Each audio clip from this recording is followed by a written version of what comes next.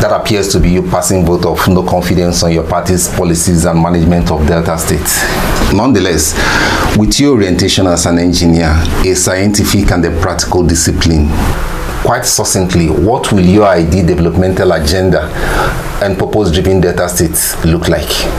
Thank you very much for that question. You see, like I said, Delta States, being well positioned by nature, supposed to be taking advantage of our endowments. For instance, we look at Anambra State, Onitsha precisely.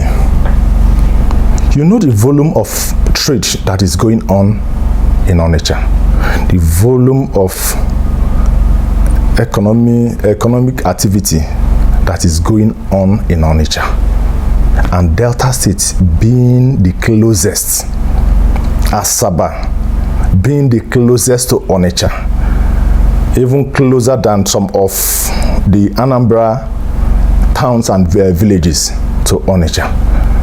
We are not taking the due advantage to replicate what is happening in Onitsha in Delta State.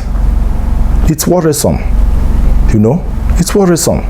We have an expanse of land bordering the bridge there that with the very minimal efforts can be reclaimed, and thousands of shops will be set up there, and it will be like the main market annex.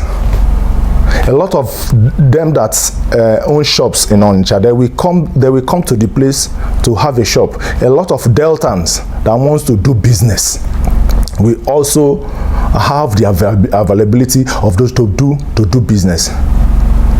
And the tax or royalty or whatever it may be called will be coming to government.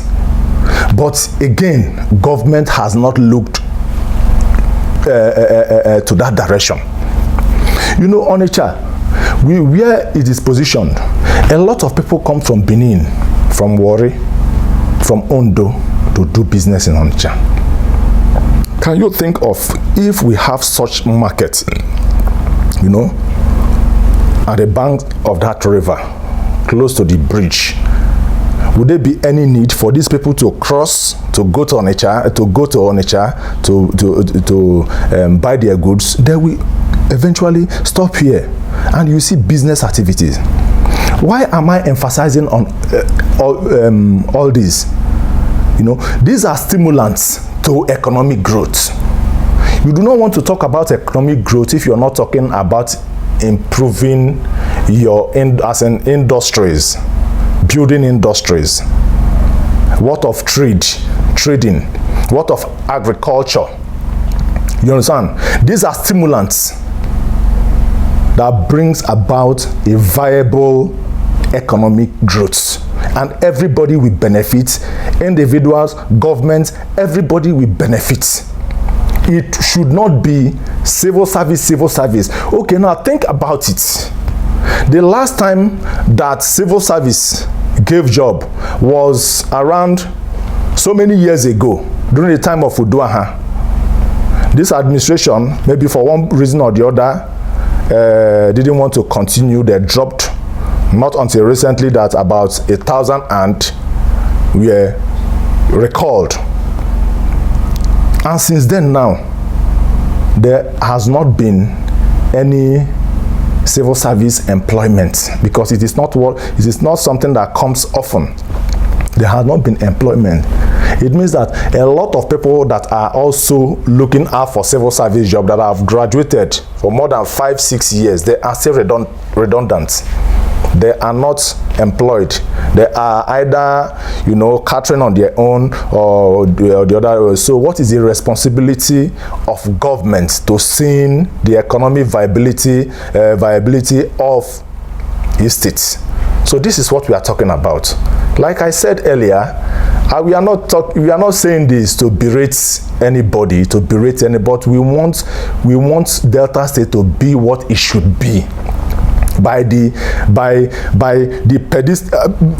pedestal on which Delta stands. It stands above a lot of states.